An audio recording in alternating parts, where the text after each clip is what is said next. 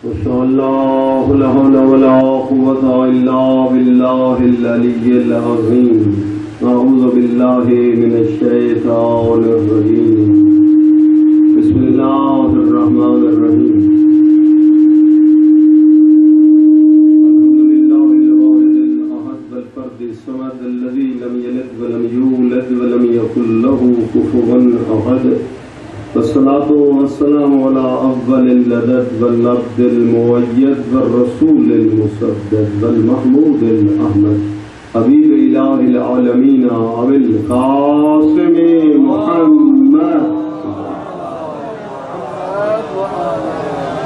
وآله الطيبين الطاهرين الغر الميامين المعصومين ولعنة الله على أعدائهم من الآن إلى قيامة في كتابه المجيد. بسم الله الرحمن الرحيم. وإذ ابتلى إبراهيم ربه بكلمات فأتمهن قال إني جاعلك للناس إماما قال ومن ذريتي قال لا ينال أحد الظالمين. صلوات پڑھ لیجیے گا.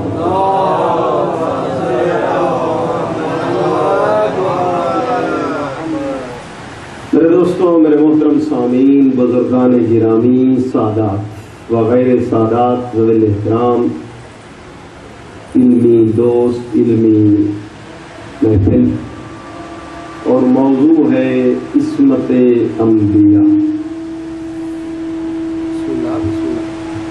ایک دفعہ اس موضوع کو فضائل کے رنگ میں پیش کیا جاتا ہے اور مجلس نما ایک بیان پیش کر دیا جاتا ہے، اور ایک دفعہ نہیں باقاعدہ اس کی صرفی نحوی گفتگو کو بھی ساتھ لے چلیں، قرآن کی آیات پیش کریں اور موضوع کو تھوڑا عمومی سطح سے ہٹ کر تھوڑا گہرا کر کے پیش کیا جائے. تو اس میں حاضر ہے کہ آپ کی توجہ کی پھر پورا کلاف جو ہے وہ ضرورت رہے گی. تو اس لیے کہ وہ فضائل والے نقطے کو پیش کرنا مقصود و مطلوب نہیں، بلکہ حقائق پیش کرنے ہیں کہ دنیا تک یہ حقیقت پہنچے کہ شیعہ نقطۂ نگاہ کیا ہے اور دوسرے مسالک کے آراء کیا ہے. عصمت انبیاء، عصمت کا معنی جو ہے معصوم ہونا، اور اس کا اصل مادہ یعنی اصل لفظ جو تلفظ کیے جائیں گے اور اسی سے ہی دوسرے الفاظ بنیں گے، تو وہ عین، صاد اور میم، اور یہ اصل ہے. اسی سے مختلف الفاظ پھر بنے ہیں. وَاعْتَصِمُوا بِحَبْلِ اللَّهِ، وہ بھی اسی سے ہی بنا ہے. جتنے الفاظ اس سے مشتق ہوں گے اصل یہی ہے، عین، صاد، میم.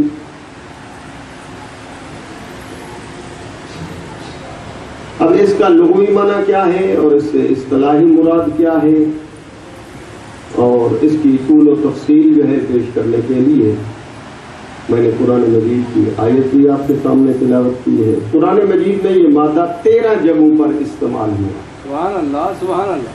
پورے قرآن مجید میں عین، صاد، میم سے جو جو مشتق ہو کر اپنے مشتقات کے ساتھ یہ الفاظ 13 جگہوں پر استعمال ہوئے.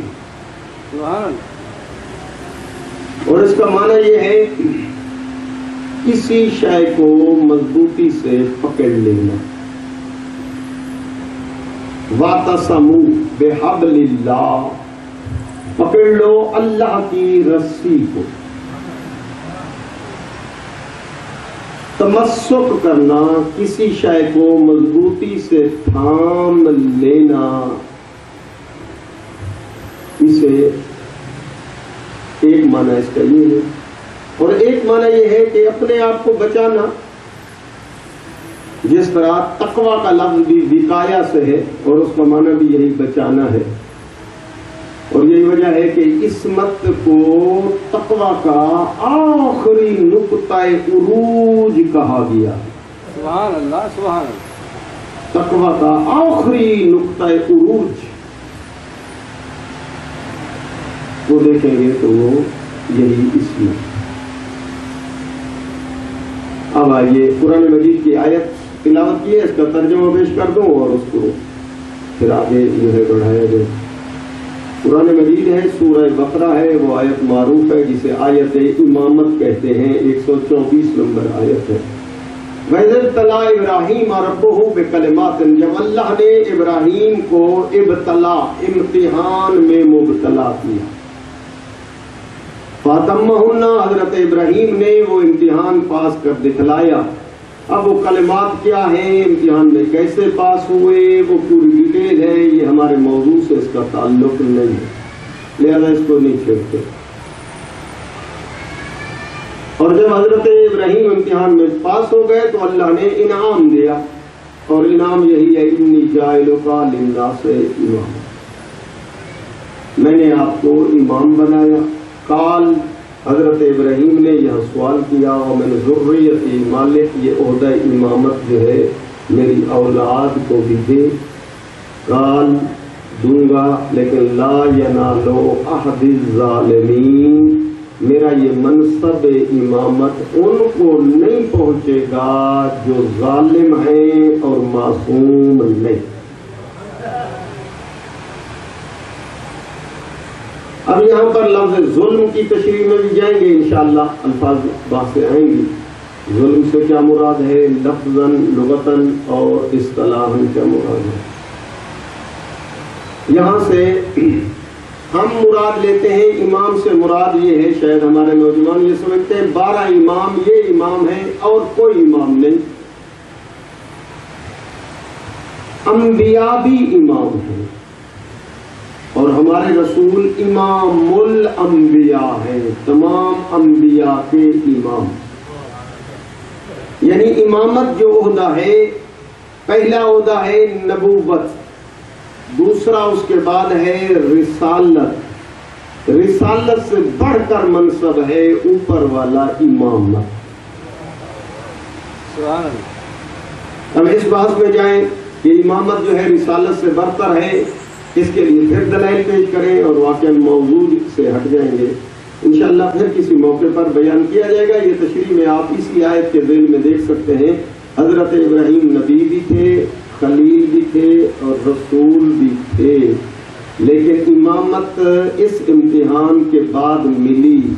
نبوت و رسالت و خلت کے وقت دعا نہ مانگی، لیکن جب امامت کا ذکر ہوا تو کہا یہ امامت میری اولاد کو بھی یا اللہ دے. یہ امامت بلند ترین منصب ہے بعد از رسالت. تو اس کے لیے عصمت کا ہونا جو ہے وہ ضروری ہے، معصوم ہونا. اب یہ عصمت کی کیا تعریف ہے میں لغتاً پیش کروں، جو علامہ طباطبائی، علامہ محمد حسین طباطبائی نے تفسیر مجموع البیان میں عصمت کی تعریف کی ہے. اب صلوات پیش کریں، میں تعریف پیش کروں.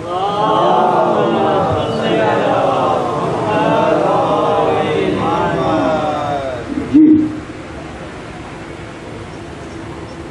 تعریف عصمت کی انہوں نے جلد 2 صفحہ 142 پہ المیزان، تفسیر ہے شیعہ مذہب میں ایک عظیم ترین عمدہ فلسفی تفسیر اور تمام علمی خزانہ. اس میں فرماتے ہیں عصمت کیا ہے، قوت او ملکت تمنع الانسان عن اقتراف المعصیہ عن الوقوع فی الخطا. یہ عصمت ایسی قوت ہے انسان کے پاس، ایک ایسا ملکہ ہے انسان کے پاس جو انسان کو کسی خطا یا کسی غلطی میں گرنے نہیں دیتا. عصمت کوئی علیحدہ شے نہیں ہے انسان سے ہٹ کر. انسان کے اندر ایک ملکہ، انسان کے اندر ایک صلاحیت، انسان کے اندر ایک قوت ہے جو انسان کو خطا میں گرنے سے، گناہ میں گرنے سے بچاتی ہے، یوں کہ حتیٰ خطا کا تصور بھی نہیں کرتا ہے. مثال اس کی دی ہے شجاعت. ایک آدمی ایسا نہیں کہ ظاہراً شجاع ہو، نہیں، واقعاً سچ مچ دلیر اور شجاع ہے. یہ قوت اس کے اندر موجود ہے، تو یہ ملکہ ہے اس کے اندر. یقیناً صاف ظاہر ہے وہ شجاعت کے جو تقاضے ہیں وہ پورے کر کے رہے گا. وہ نہیں ڈرے گا، اس پہ حملہ ہوگا تو بھاگے گا نہیں، ہاں، اور وہ مقابلہ کرے گا، مقاومت کرے گا. اسی طرح ہے ایک ملکہ عصمت انسان کے اندر ہونا. اور یہ جو ہے اللہ رب العزت عنایت فرمائے. یہاں پر ایک بحث آئی ہے، اور وہ بحث یہ ہے کہ آیا یہ کسبی ہے یا وہبی ہے؟ یہ عصمت کسب کرنے سے حاصل ہو سکتی ہے، انسان کسب کرتا ہے جس طرح دوسری چیزیں محنت کر کے، جس طرح علم کسبی ہے، اسی طرح عصمت بھی. آپ لوگ بھی کوشش کریں، ریاضت کریں، چلے کاٹیں تو آپ بھی معصوم بن جائیں گے. یہ اگر عصمت کسبی ہو تو چلوں سے، ریاضتوں سے مل جائے گی اگر کسبی ہو. اور اگر ہو وہبی من موہبتی، یعنی دوسرے لفظوں میں اللہ کی طرف سے عنایتی، اللہ جسے دے، اللہ جس ظرف کو اس قابل سمجھے اسے وہ عنایت فرمائے گا.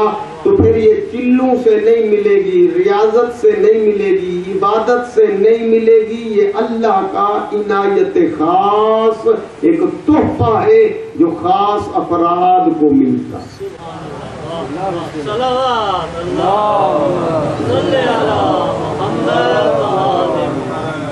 تو عصمت کے دو نظریے ہو گئے، لہذا دونوں کتابوں میں لکھے ہوئے ہیں، طول و تفصیل وہاں کتابوں میں درج ہے. ہاں، جو صحیح نظریہ ہے وہ یہی ہے کہ عصمت کسبی نہیں بلکہ وہبی ہے، عطائی ہے، عنایتی ہے، اللہ کی طرف سے خاص تحفہ. یہ عصمت جو ہے اللہ رب العزت نے اپنے نمائندوں کو دی ہے. اب وہ بات آئے گی کہ کیوں دی ہے، کیا ضرورت ہے. لیکن یہاں پر سوال ہو جاتا ہے کہ جب انبیاء کو یا اولیاء کو، دوسرے لفظوں میں ائمہ کو اللہ نے یہ عصمت دے دی، تو عصمت کے بعد وہ گناہ پہ قادر تو نہ رہے. جب گناہ پہ قادر نہ رہے تو پھر ان کو کیا ترجیح اور فوقیت اور فضیلت ہے عام آدمی پہ؟ عام آدمی گناہ پہ قادر ہے اور پھر وہ گناہ سے بچے، اپنے آپ کو بچائے، تو یہ اس کا کمال ہے. لیکن جس طرح ملائکہ گناہ کرنے کی طاقت ہی نہیں رکھتے، اسی طرح انبیاء کو اللہ نے عصمت دے دی. عصمت کے بعد کیا مانا؟ یعنی گناہ اب نہیں کر سکتے، نہیں قدرت ان کے پاس. تو پھر ان کو کیا فضیلت ہے جب وہ گناہ کا ملکہ، گناہ کی صفت ہی ان کے اندر نہیں ہے؟ تو اب ان کو کون سی یہ خاصیت حاصل ہے؟ گویا ایک سوال بھی ہو گیا. اور یہی شاید سبب ہے کچھ لوگ جو گئے ہیں وہ کہتے ہیں کہ انبیاء کو ترجیح ہے، فضیلت ہے دوسروں پر، اس لیے کہ وہ ہمارے جیسے ہیں. اگر ان کو ہم معصوم مان لیں تو پھر فضیلت کا ہے کہ وہ تو گناہ ان کے اندر طاقت ہی نہیں. متوجہ ہو گئے شاید ہماری محفل میں بھی، ہاں، جو کبھی پہلی دفعہ یہ بات سن رہے ہوں، عین ممکن ہے وہ آدمی بھی اسی فکر کے ساتھ موافقت کریں کہ امام نبی جو ہے گناہ پہ قادر نہیں ہو. لیکن حقیقت اس طرح نہیں ہے. آپ متوجہ ہوں گے تو میں عرض کروں، امام نبی گناہ پر قادر ہوتا ہے. اگر گناہ کرنا چاہے، اگر گناہ کرنا چاہے تو کر سکتا ہے. اس سے گناہ کی قوت سلب چھینی نہیں گئی. کر سکتا ہے پر کرتا نہیں. میں متوجہ یوں کروں، کرنا اور ہے، یعنی کر سکنا ہے اور نہیں کرتا، دو چیزیں علیحدہ علیحدہ کر لے، کر سکنا اور پھر نہ کرنا۔ مثال اس کی ہونی چاہیے۔ اصل میں انسان، یہ عصمت کی مثال کو واضح کرنے کے لیے یوں عرض کروں کہ ایک آدمی ایک کام کر سکتا ہے پر کرتا نہیں۔ مثال اس کی یوں دے دو، بنا لباس کے بازار میں ایک عقل مند آدمی کا گھومنا، مثلاً اس مجمع میں اگر کوئی آدمی جو با اختیار بیٹھے ہیں اگر گھومنا چاہیں اس بازار کے اندر پر بنا لباس کے، گھوم سکتے ہیں پر گھومیں گے نہیں۔ گھوم سکنا علیحدہ ہے اور نہ گھومنا علیحدہ ہے۔ کیوں؟ اس لیے کہ ان کی عقل جو ہے اس پہلے کبھی سے منع کرتی۔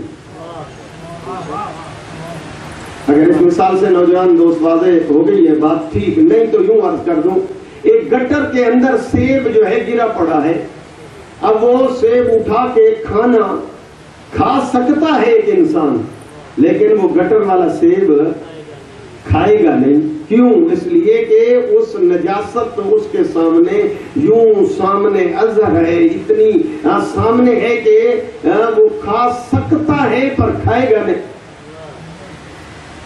اسی طرح ہے عصمت۔ معصوم اگر گناہ کرنا چاہیں تو کر سکتے ہیں لیکن وہ کرتے نہیں۔ گناہ کی قوت ان سے سلب نہیں کی گئی کہ اب وہ گناہ والی صفت اور ملکہ بھی ان کے اندر موجود نہ ہو۔ نہیں، گناہ کر سکتے ہیں پر کرتے نہیں۔ کرتے تو رہے، آخر تک جملہ پہنچے، کرنے کے متعلق سوچتے بھی نہیں۔ کرنا تو رہا، جملہ ضائع نہ جائے، کرنا تو رہا گناہ کا۔ معصوم اسے کہتے ہیں، صاحب عصمت اسے کہتے ہیں کہ کرنا تو بجائے خود وہ اس گناہ کو انجام دینے کے متعلق سوچتے تک ہی نہیں۔ درود بر محمد و آل محمد۔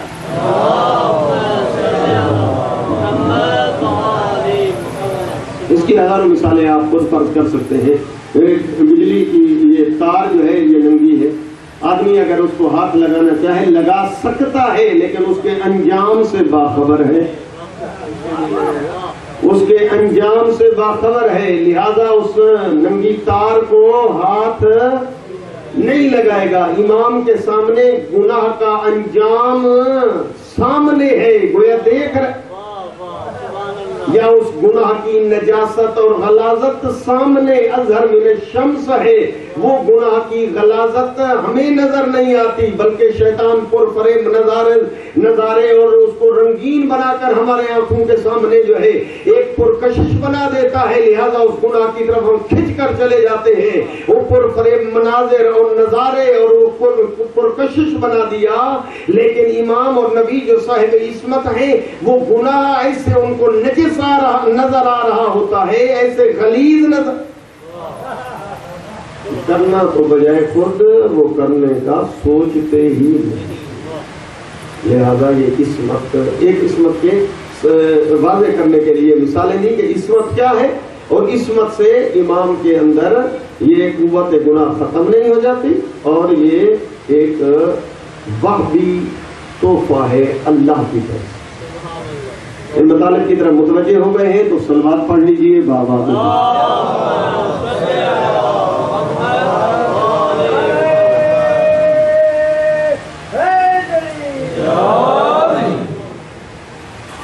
امت رسول جو ہے وہ ملائکہ کو بھی معصوم مانتی ہے، اور قرآن میں اس سلسلے میں آیات موجود ہیں کہ ملائکہ معصوم ہیں، اور اس سلسلے میں قرآن مجید کی آیت پیش کی جا سکتی ہے۔ سورہ تحریم آیت نمبر 6 ہے کہ علیہ ملائکۃ غلاظ شداد لا یعصون اللہ ما امرہم ویفعلون ما یؤمرون۔ اللہ کا جو امر ہے ملائکہ اس کے یوں پابند کھڑے ہیں کہ بال برابر بھی نہ اس میں آگے بڑھتے ہیں نہ پیچھے۔ جو امر دیا گیا اس کی پابندی کرتے ہیں، عصمت ملائکہ۔ اور قرآن کے متعلق بھی کہ قرآن میں بھی خطا جو ہے وہ نہیں ہے، لہذا قرآن کے متعلق بھی آیت ہے حامیم سجدہ، اور یہ 42 نمبر ہے، لا یاتی الباطل من بین یدیہ ولا من خلفہ۔ تو یہ بھی کوئی قرآن میں کوئی خطا نہیں، کوئی غلطی نہیں اس سلسلے میں۔ لیکن انبیاء کی عصمت کے متعلق امت پیغمبر نے اختلاف کیا۔ انبیاء کی عصمت کے متعلق امت میں دو نظریے ہیں مین، پھر اس کے اندر پھر شاخیں ہو جاتی ہیں۔ ایک نظریہ ہے معتزلہ کا، ایک نظریہ ہے اشاعرہ کا۔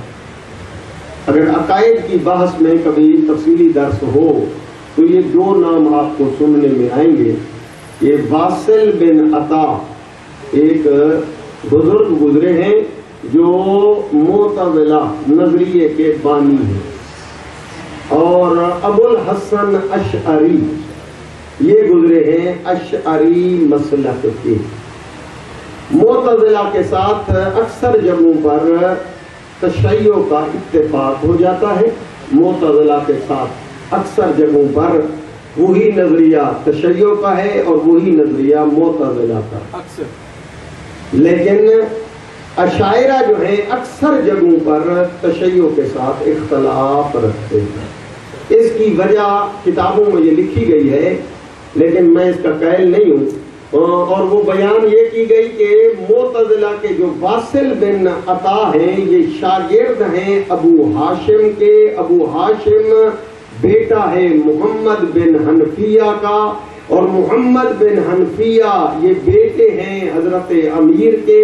حضرت امیر نے علم دیا ہے محمد بن حنفیہ کو، اس نے علم دیا ہے اپنے بیٹے ہاشم کو، ہاشم نے وہ علم دیا ہے اس واصل بن عطا اس معتزلی کو، لہذا تشیع کا اس کے ساتھ اس لیے جو ہے ہم اتفاق ہونا لازم آتا ہے۔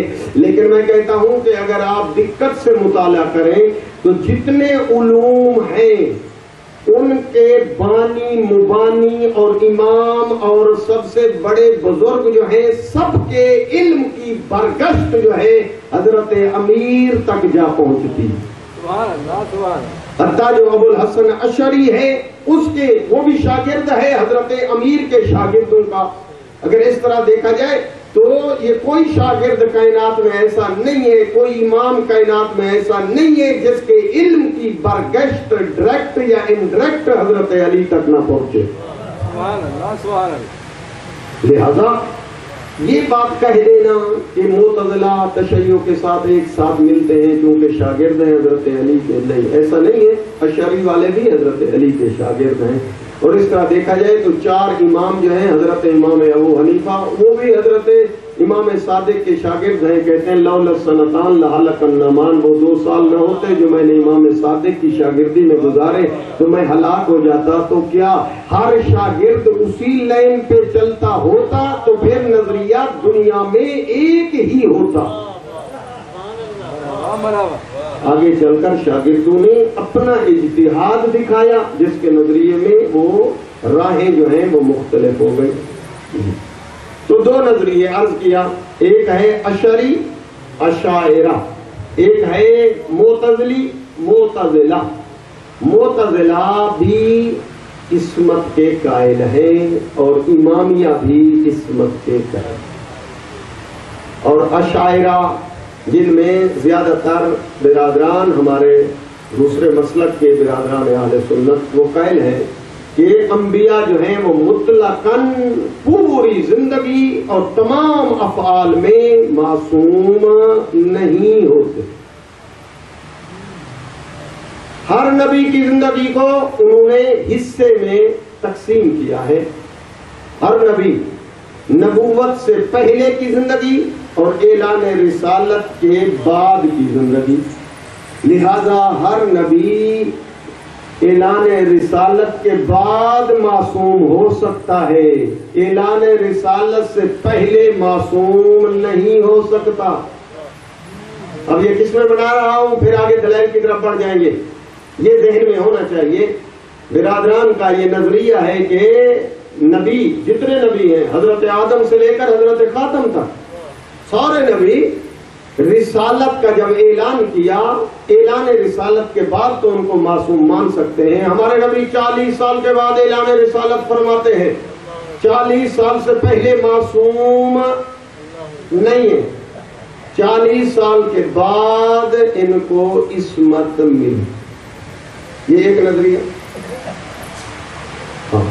اور اس کے ساتھ دوسرا نظریہ، پھر دوسری شکل یہ ہے کہ اعلان رسالت کے بعد بھی مطلقاً معصوم نہیں ہے، 40 سال کے بعد اب ہر فعل میں وہ معصوم ہو، ہر قول میں وہ معصوم ہو، نہیں، دینی معاملات میں، تبلیغ کرنے کے معاملات میں، شریعت پہنچانے کے معاملات میں وہ معصوم ہیں، باقی دنیاوی تجارت کرنے میں، دنیاوی کام کاج کرنے میں معصوم نہیں، ان سے دنیاوی کاموں میں غلطی ہو سکتی۔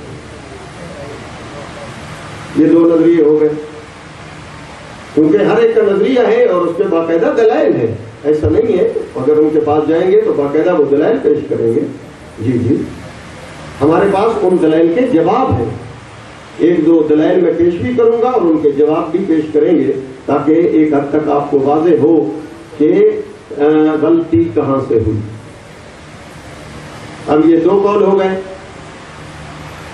تیسرا قول جو امامیہ کا ہے وہ یہ ہے کہ نبی مطلقاً معصوم ہے، چاہے امامیہ کا نظریہ، عدلیہ کا نظریہ، شیعہ اثنا عشریہ کا نظریہ یہ ہے کہ آدم سے لے کر خاتم تک سارے انبیاء نبوت کے اعلان کرنے سے پہلے بھی معصوم ہیں، اعلان رسالت کے بعد بھی معصوم ہیں، اپنی ذاتی نجی زندگی میں بھی معصوم ہیں، اور امور رسالت کے پہنچانے میں بھی معصوم ہیں۔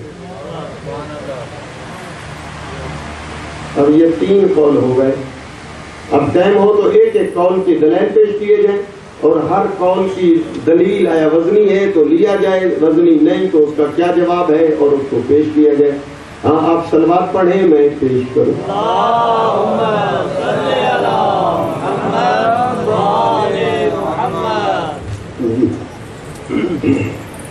مرحبا۔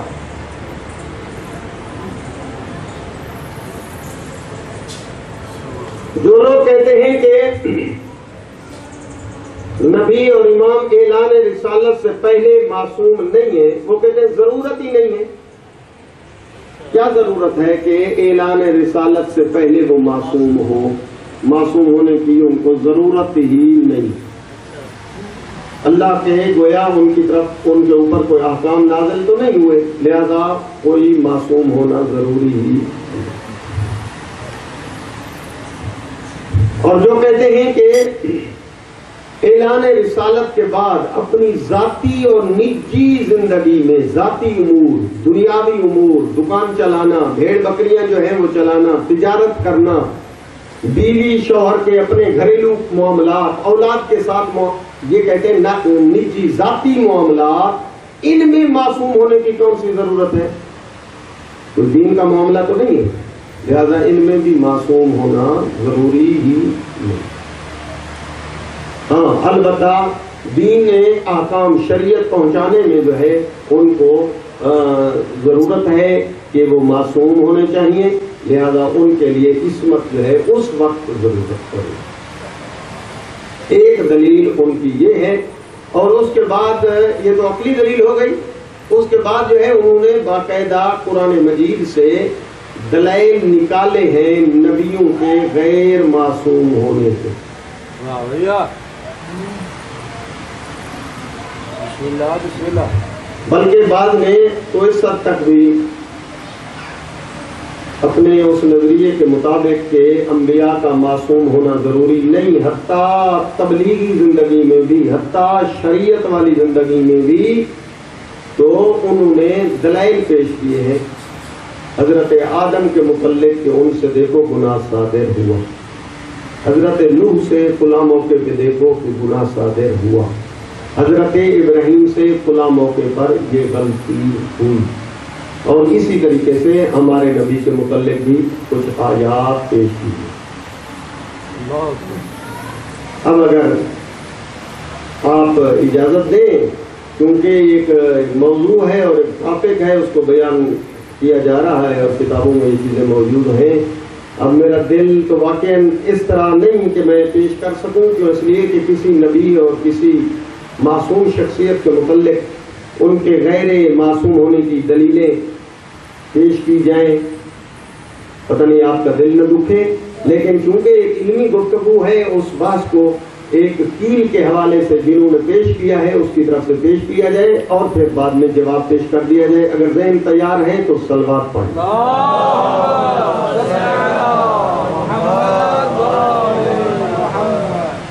جی،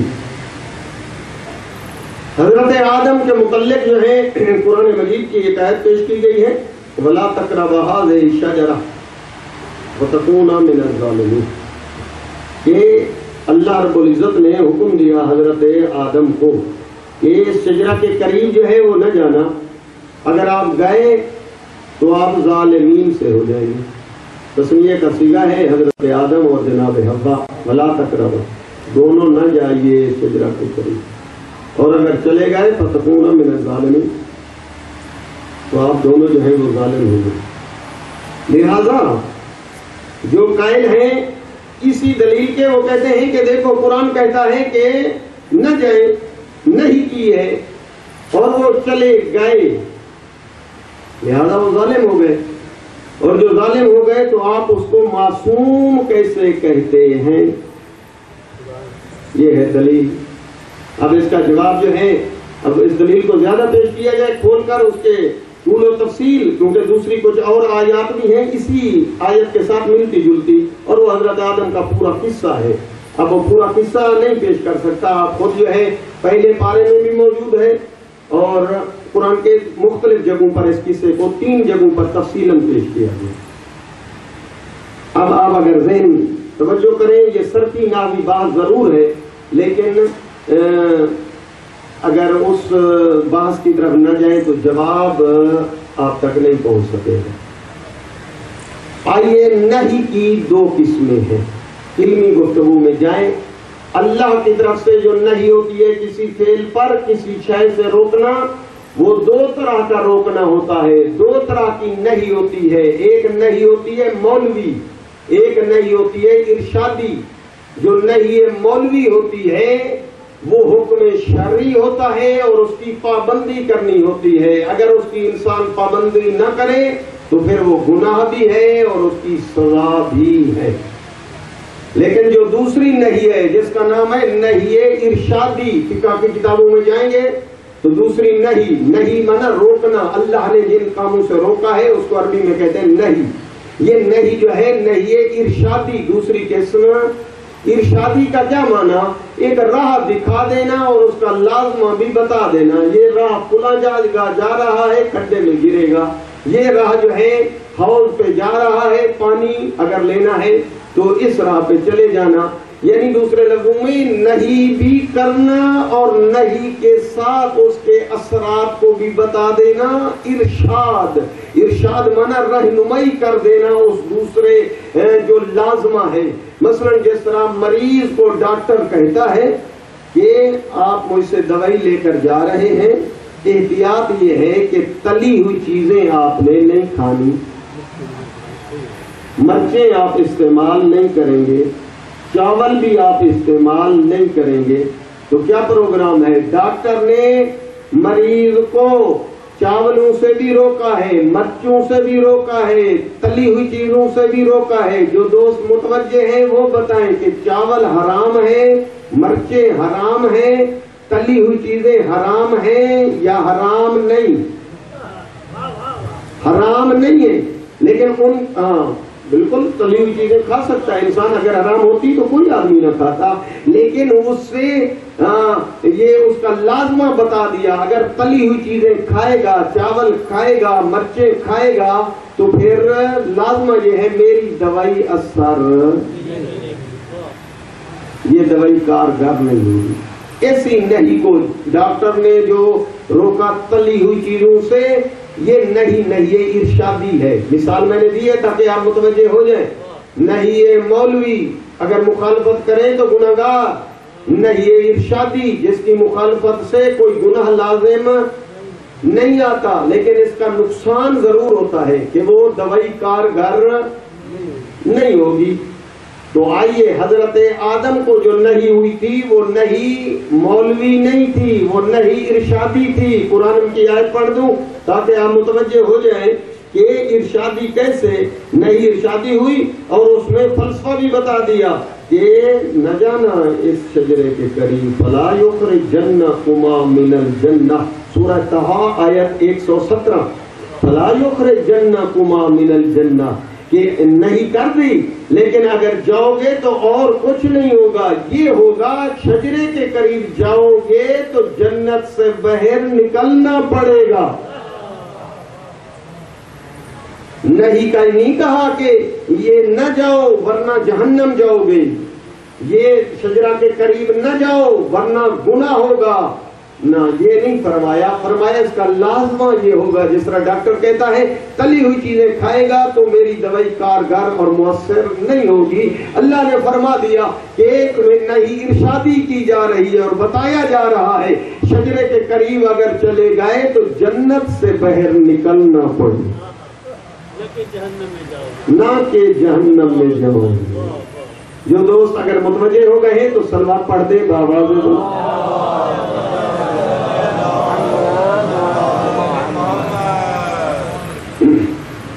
یہ دوستوں کی جو دلیل تھی اس کا جواب دے رہا ہوں، تھوڑا متوجہ ہو جائے. اگر اس درس میں بھی اگر ان دلیلوں کے 2-4 جواب آپ کے ذہن میں رہ جائے اور ٹک جائے اور یاد ہو جائے تو آپ کے آنے کا مقصد جو ہے یقیناً حاصل ہو گیا. مولانا آپ حضرت آدم کی وکالت کر رہے ہیں اور کہتے ہیں حضرت آدم معصوم ہے، اور کہتے ہیں حضرت آدم کو نہیں مولوی نہیں ہوئی تھی، نہیں ارشادی ہوئی تھی، لہذا وہ گنہگار نہیں ہے اور معصوم ہے. مولانا آپ نے قرآن نہیں پڑھا کہ حضرت آدم کہہ رہے ہیں ربنا ظلمنا انفسنا وان لم تغفر لنا وترحمنا لنکونن من الخاسرین. حضرت آدم کہتے ہیں ہم نے اپنے اوپر ظلم کیا، تو کہتا ہے وہ معصوم ہے.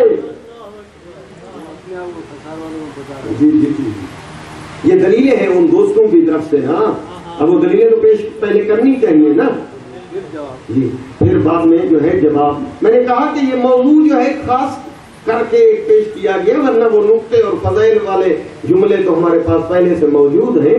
ہاں لیکن مجبوری یہ ہے کہ ٹاپک کو اسی طرح ہی پڑھنا. آئیے اب چونکہ علمی گفتگو ہے، آپ کو بھی لے جانا ہے عربی کے جملوں کے اندر، گرامر آپ کو ہی سنانی ہے. یہ پوری باتیں جو کتابوں کے اندر ڈھکی پڑی ہے کوئی نہیں سنتا. یہ درس مولویوں نے مدرسوں میں خمسہ رمضان اس لیے رکھوائے ہیں کہ وہ کتابیں بحثیں جو کوئی نہیں سنتا ان درسوں میں سنوائی جائے. آئیے حضرت آدم نے اپنے آپ کو لفظ ظلم کہا، یعنی وہ دوسرے لفظوں میں گناہ کیا، تب تو وہ کہہ رہا ہے ظلم. ہم ایک ہے ظلم لفظ عربی والا، ایک ظلم ہے اردو والا. ہم کیونکہ لفظ ظلم سنتے ہیں، ظلم سے یہ مراد فلاں کے اوپر بھی ڈاکہ ڈال لیا، مال چھین لیا، کسی کو مارا، کسی کو کوٹا، تو یہ ظلم ہو گیا. نہ، یہ ظلم عربی والا ہے. ظلم کا معنی سن لیں دوست، بزرگان کو علم ہے، بزرگ صرف اجازت دیں نوجوانوں تک جملہ پہنچے. ظلم ہے وضع الشیء فی غیر محلہ، شے کو اس کی اصلی جگہ پہ نہ رکھنا، دوسری جگہ پہ رکھ دینا، یہ ظلم ہے. سبحان اللہ سبحان. جو جس جگہ کا اہل ہے اس کو اس جگہ سے ہٹانا اور دوسری جگہ پہ بٹھانا، یہ ظلم ہے. یا یہ کہہ دیا جائے دوسرے لفظوں میں عموماً سمجھانے کے لیے بچوں کو کہا جاتا ہے کہ نالین کی جگہ ہے پاؤں اور امامے کی جگہ ہے سر. امامے کو رکھ لیا جائے پاؤں میں اور نالین کو رکھ لیا جائے سر پہ. آپ ظلم نہیں کہیں گے. عربی میں لفظ ظلم صدق کرتا ہے، یہ ایک قسم کا ظلم ہے. آپ نے اس شے کو اس کی اصلی جگہ سے ہٹا کر دوسری جگہ رکھ دیا، یہ ظلم. حضرت اس لیے ہم کہتے ہیں حضرت آدم سے ترک اولا ہوا. ایک لفظ ذہن میں ضرور رہنا چاہیے نوجوانوں کے. ترک اولا نہ بعض پڑھتے ہیں اور نہیں تلفظ صحیح کرتے. ریڈنگ ایسے کریں جس طرح میں عرض کر رہا ہوں. ترک اولا یعنی بہتر کام کا ہاتھ سے نکل جانا, ترک ہو جانا, ہاتھ سے نکل جانا. اولا, اولا مانا بہتر, بہتر کام کا ہاتھ سے نکل جانا. ہم بھی کہتے ہیں حضرت آدم سے بہتر کام ہاتھ سے نکل گیا. ترک اولا اور شاہ گناہ کا ارتکاب اور شاہ, چونکہ حضرت آدم سے ایک بہتر کام ترک ہو گیا, اس وجہ سے حضرت آدم نے لفظ ربنا ظلمنا کا استعمال کیا. یہ ظلمنا سے مراد وہ اردو والا ظلم بھی نہیں ہے اور یہ گناہ بھی مراد نہیں ہے, اس سے مراد ترک اولا ہے. اور حضرت آدم وہ مثال جو پہلے والی دی ہے اس کے مطابق, اور جو انبیاء کی عصمت پہ دلیلیں ہیں وہ میں پیش کروں گا بعد میں. وہ خود دلیلیں ہیں کہ نبیوں سے گناہ نہیں ہوتا, وہ بعد میں دلیلیں آ رہی ہیں اور پیش کروں گا. اگر متوجہ ہو گئے ہیں اس جملے کی طرف بھی تو صلوات پڑھ لیجئے بآواز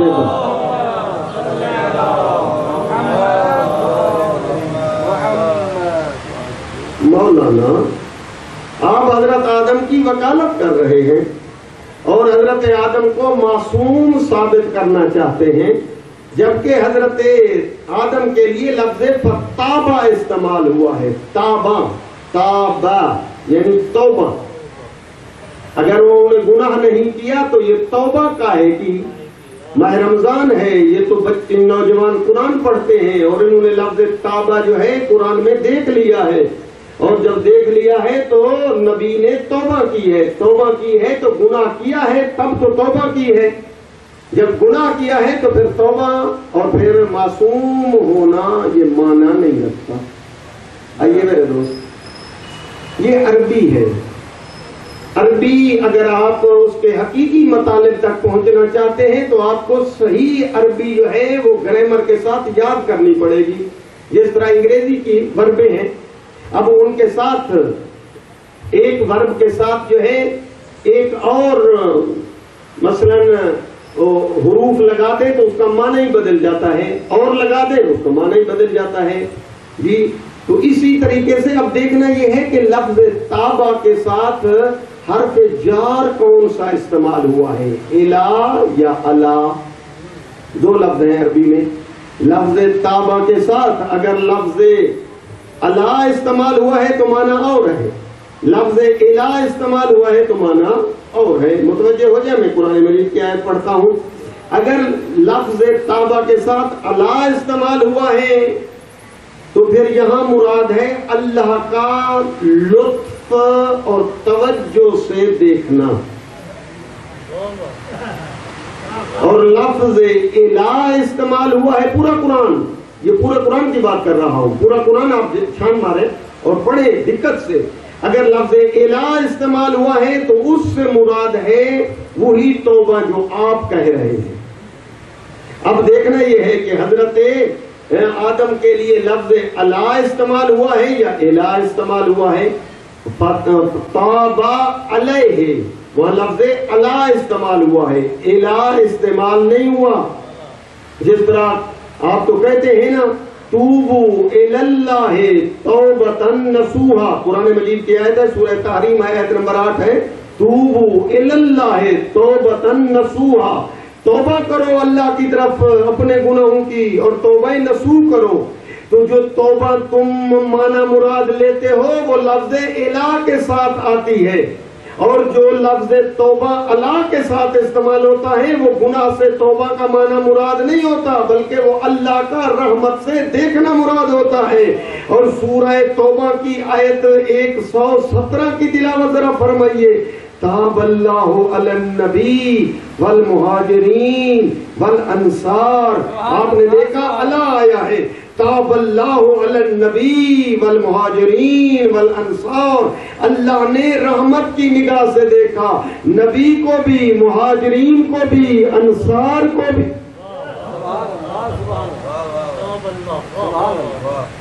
اب چونکہ دقت اس طرح ہوتی نہیں ہے۔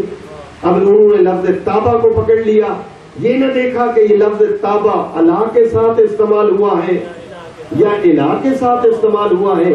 میرا دوست، جو معنی عام مراد لینا چاہتے ہیں وہ تابہ الہ کے ساتھ ہوتا ہے، توبوا الی اللہ توبۃ نصوحا۔ اور حضرت آدم کے لیے پڑھ لے قرآن مجید، حضرت آدم کے لیے تابہ الہ نہیں ہے، پڑھ تابہ علیہ۔ جس طرح ہے تاب اللہ علی النبی والمہاجرین والانصار، اسی طرح حضرت آدم کے لیے بھی تابہ علیہ، کہ اللہ نے رحمت کی نگاہ سے دیکھا ہے حضرت آدم کو۔ صلوات پڑھ لیجیے بآواز بلند۔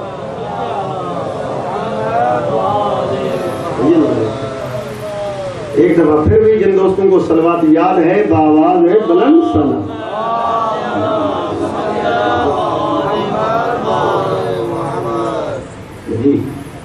تو یہ حضرت آدم کے حوالے سے گفتگو تھی، جنہوں نے یہ دلیلیں پیش کی تھی کہ حضرت آدم سے گناہ سرزد ہوا ہے، اور لفظ ظلمہ میں نے اس کا معنی بتایا، اور انہوں نے کہا لفظ تابہ توبہ کے معنی میں ہے، تو میں نے اس کا عرض کیا پورا قرآن پڑھیں، یہ ایک الہ کا استعمال ہے، ایک اللہ کا استعمال ہے، اور معنی میں بڑا فرق ہے، آسمان تا زمین۔ آئیے دوسری دلیلیں انہوں نے پیش کی ہیں حضرت نوح کے حوالے سے، کہ حضرت نوح آپ کہتے ہیں کہ یہ معصوم ہے، نبی ہے، جبکہ وہ معصوم نہیں ہے۔ کیا دلیل ہے حضرت نوح کے معصوم نہ ہونے کی؟ کہ حضرت نوح نے اپنے بیٹے کو کشتی بنانے کے بعد بلاتے رہے، اور وہ بیٹا جو ہے نہ آیا، قال یا نوح انہ لیس من اہلک، جب بلایا ہے اپنے بیٹے کو تو اس وقت وہ بیٹا نہ آیا، تو اللہ نے یہ ارشاد فرمایا، اب یہ سورہ ہود ہے، ذرا لفظوں کے توجہ ہو، بعد میں اس مسئلے کو حل کریں۔ یا نوح انہ لیس من اہلک، اے نوح یہ تیرا بیٹا تیرے اہل سے نہیں ہے، انہ عمل غیر صالح فلا تسألنا ما لیس لک بہ علم، تو سوال نہ کر اس کا جس کا تجھے علم نہیں ہے۔ اعوذک ان تکون من الجاہلین، جی ہم آپ کو بچاتے ہیں اس سے کہ آپ یہ سوال کرنے کے بعد کہیں جاہلین سے نہ ہو جائیں۔ یہ سورہ ہود ہے۔ اب طول و تفصیل کے لیے تو 1 گھنٹہ جو ہے وہ تو ایک دلیل اور اس کے رد کے لیے ہی لگ جائے گا، لیکن 1 گھنٹے میں مجھے 4-5 مطالب پیش کرنے ہیں۔ اب آئے یہاں پر کہا کہ دیکھو حضرت نوح کو یہ خطاب ہوا، لہذا نوح جو ہے وہ معصوم نہیں ہے۔ جب اللہ نے منع کیا نہ بلاؤ اس کو، یہ تیرا حال نہیں، انہوں نے بلایا، تو اللہ نے کہا کہ کہیں آپ جاہلین سے نہ ہو جائیں، جہلا سے، لہذا دیکھو یہ غیر معصوم ہونے کی دلیل۔ جواب، اصل میں اللہ رب العزت نے وعدہ کیا تھا حضرت نوح سے پہلے والی آیات میں کہ جو تیرے اہل ہیں میں ان کو بچاؤں گا، یہ وعدہ ذہن میں ہو۔ قُلْنَا اعْمَلْ فِيهَا مِنْ كُلِّ زَوْجَيْنِ اثْنَيْنِ وَأَهْلَكَ، یہاں لفظ اہلک آیا ہے کہ ان کو اٹھا لے، إِلَّا مَنْ سَبَقَ عَلَيْهِ الْقَوْلُ، کہ جن کے غرق ہونے کے متعلق فیصلہ ہو گیا ہے ان سے چھوڑ کر اللہ نے فرمایا تیرے اہل کو جو ہے میں نجات دوں گا اے نوح۔ اب یہاں پر حضرت نوح 2 جواب پیش کیے گئے ہیں۔ پہلا جواب یہ ہے حضرت نوح جو ہے اہل مطلق مراد لے رہے تھے، جو بھی میری اولاد سے ہے وہ میرا اہل ہے، چاہے وہ مسلمان ہو چاہے غیر مسلمان۔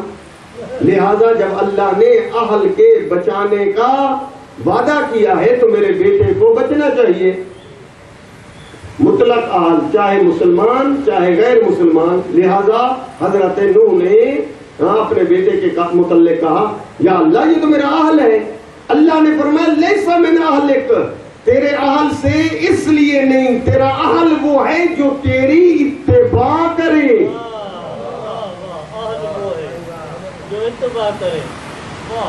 اب یہاں پر حضرت نوح کے ذہن میں یہ ہے کہ اہل اولاد اگر اہل نہیں ہو سکتی تو اور کون اہل ہو سکتا ہے؟ اللہ رب العزت نے یہ آیت نازل کر کے حضرت نوح کو اہل کا معنی واضح کیا ہے کہ نوح اہل تو وہ ہوتا ہے جو تیری اتباع کرے، جو تیری اتباع نہیں کرتا تو یہ تیرا اہل ہی نہیں۔ تو اصل میں اللہ نے اس چیز کے متعلق جو ہے وضاحت فرمائی، لیکن دنیا نے اس کو نہ سمجھا۔ یہ ایک جواب تھا، اور دوسرا جواب یہ تھا کہ حضرت نوح نے جس وقت بیٹے کو بلایا تھا اس وقت فرمایا تھا یا بنیا ارکب معنا ولا تکونا من الکافرین، کہ ہمارے ساتھ سوار ہو جا اور کافروں کی طرف نہ جا، کافروں میں سے نہ ہو جا۔ اب یہاں اللہ خبر دے رہا ہے کہ تیرے اہل سے نہیں، اس لیے کہ تیری اتباع نہیں کی۔ جو کافر ہیں وہ تیرا اہل نہیں، جو کافر ہیں تیرا اہل نہیں۔ دوسرے